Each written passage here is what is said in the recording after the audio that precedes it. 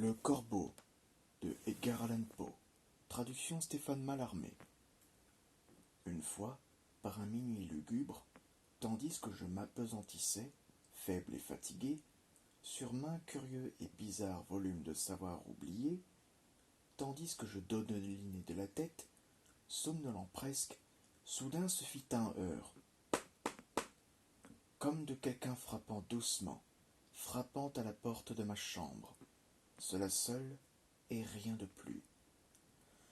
Ah, distinctement je me souviens que c'était en un glacial décembre, et chaque tison mourant isolé ouvrageait son spectre sur le sol. Ardemment je souhaitais le jour, vainement j'avais cherché d'emprunter à mes livres un sursis au chagrin de la Lénore perdue, de la rare et rayonnante jeune fille que les anges nomment Lénore. De nom pour elle ici, non, jamais plus. Et de la soie, l'incertain et triste bruissement en chaque rideau purpural me traversait, m'emplissait de fantastiques terreurs pas senties encore, si bien que pour calmer le battement de mon cœur, je demeurais maintenant à répéter « C'est quelques visiteurs qui sollicitent l'entrée à la porte de ma chambre. Quelques visiteurs qui sollicitent l'entrée à la porte de ma chambre. C'est cela et rien de plus. » Mon âme devint subitement plus forte et n'hésitant davantage.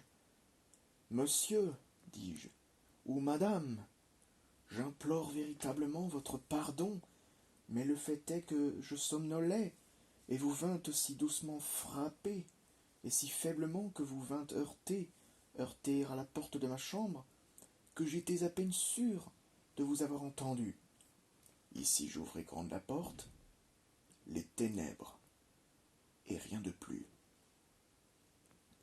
Loin dans l'ombre regardant, je me tins longtemps à douter, m'étonner et craindre, à rêver des rêves qu'aucun mortel n'avait osé rêver encore.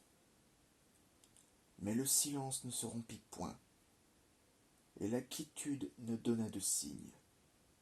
Et le seul mot qui se dit fut le mot chuchoté. Lénore. Je le chuchotai, et un écho murmura de retour le mot Lénore. Purement cela, et rien de plus. Rentrant dans la chambre, toute mon âme en feu, j'entendis bientôt un heurt en quelque sorte plus fort qu'auparavant.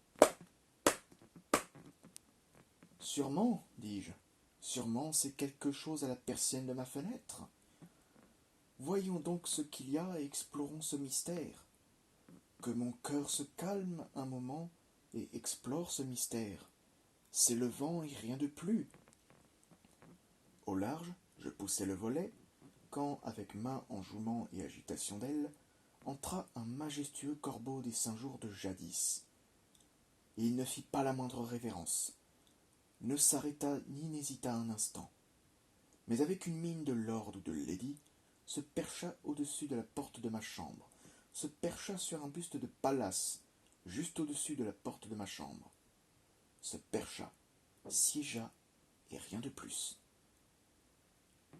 Alors, cet oiseau d'ébène induisant ma triste imagination au sourire, par le grave et sévère décorum de la contenance qu'il eut, « Quoique ta crête soit chenue et rase, non, dis-je, tu n'es pas pour sûr un poltron, spectral, lugubre et ancien corbeau, errant loin du rivage de nuit.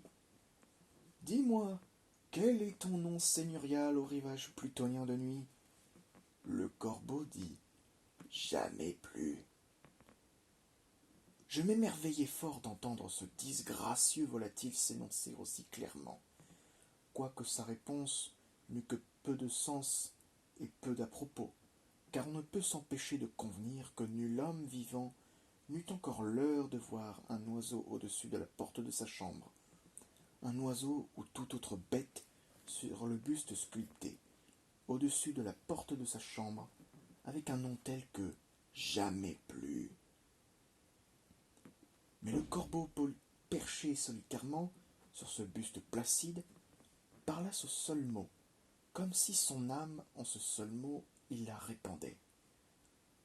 Je ne proférai donc rien de plus. Il n'agita donc pas de plume, jusqu'à ce que je fis à peine davantage que marmotter. D'autres amis ont déjà pris leur vol.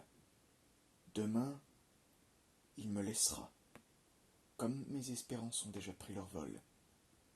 Alors l'oiseau dit « Jamais plus ». Tressaillant au calme rompu par une réplique si bien parlée, « Sans doute, dis-je, ce qu'il profère est tout son fond et son bagage, pris à quelque malheureux maître que l'impitoyable désastre suivit de près, et de très près suivit jusqu'à ce que ses chansons comportassent un unique refrain, jusqu'à ce que les chants funèbres de son espérance comportassent le mélancolique refrain de « Jamais, jamais plus ». Le corbeau induisant toute ma triste âme encore au sourire, je roulai soudain un siège à coussin en face de l'oiseau et du buste de la porte, et m'enfonçant dans le velours, je me pris à enchaîner songerie et songerie, pensant à ce que cet augural oiseau de jadis, à ce que ce sombre, disgracieux, sinistre, maigre et augural oiseau de jadis signifiait en croissant « jamais plus ». Cela, je m'assis occupé à le conjecturer, mais n'adressant pas une syllabe à l'oiseau, dont les yeux de feu brûlaient maintenant au fond de mon sein.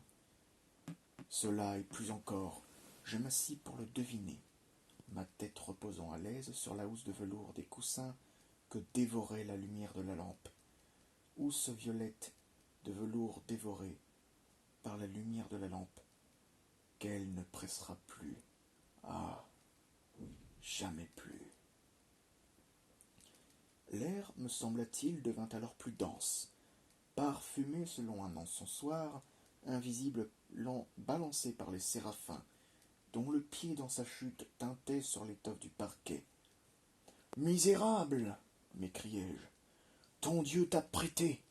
Il t'a envoyé par ses anges le répit et le népenthes dans ta mémoire de Lénore. Bois, ô bois, ce bon népenthes, et oublie cette Lénore perdue. » Le corbeau dit « Jamais plus. »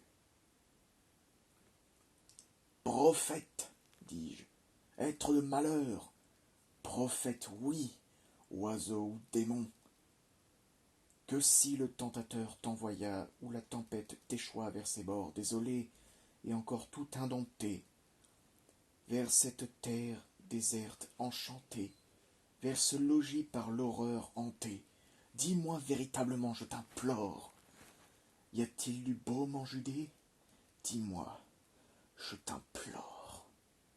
Le corbeau dit « Jamais plus. »« Prophète, dis-je, être de malheur, prophète, oui, oiseau ou démon, par les cieux surnommés par, et le Dieu que nous adorons tous deux, dis à cette âme de chagrin chargée si, dans le distant Éden, elle doit embrasser une jeune fille sanctifiée, que les anges nomment Lénore, embrasser une rare et rayonnante jeune fille que les anges nomment Lénore. » Le corbeau dit « Jamais plus. » « Que ce mot soit le signal de notre séparation, oiseau ou malin esprit !» hurlai-je en me dressant. « Recule en la tempête et le rivage plutonien de nuit. Ne laisse pas ici une plume noire comme un gage du mensonge qu'a proféré ton âme. Laisse invioler mon abandon. Quitte le buste au-dessus de ma porte. Ôte ton bec de mon cœur et jette ta forme loin de ma porte. » Le corbeau dit « Jamais plus. » Et le corbeau, s'envoltait, siège encore sur le buste pallide de Pallas, juste au-dessus de la porte de ma chambre. Et ses yeux ont toute la semblance des yeux d'un démon qui rêve. Et la lumière de la lampe ruisselant sur lui projette son ombre à terre. Et mon âme de cette ombre qui gifle tant à terre ne s'élèvera jamais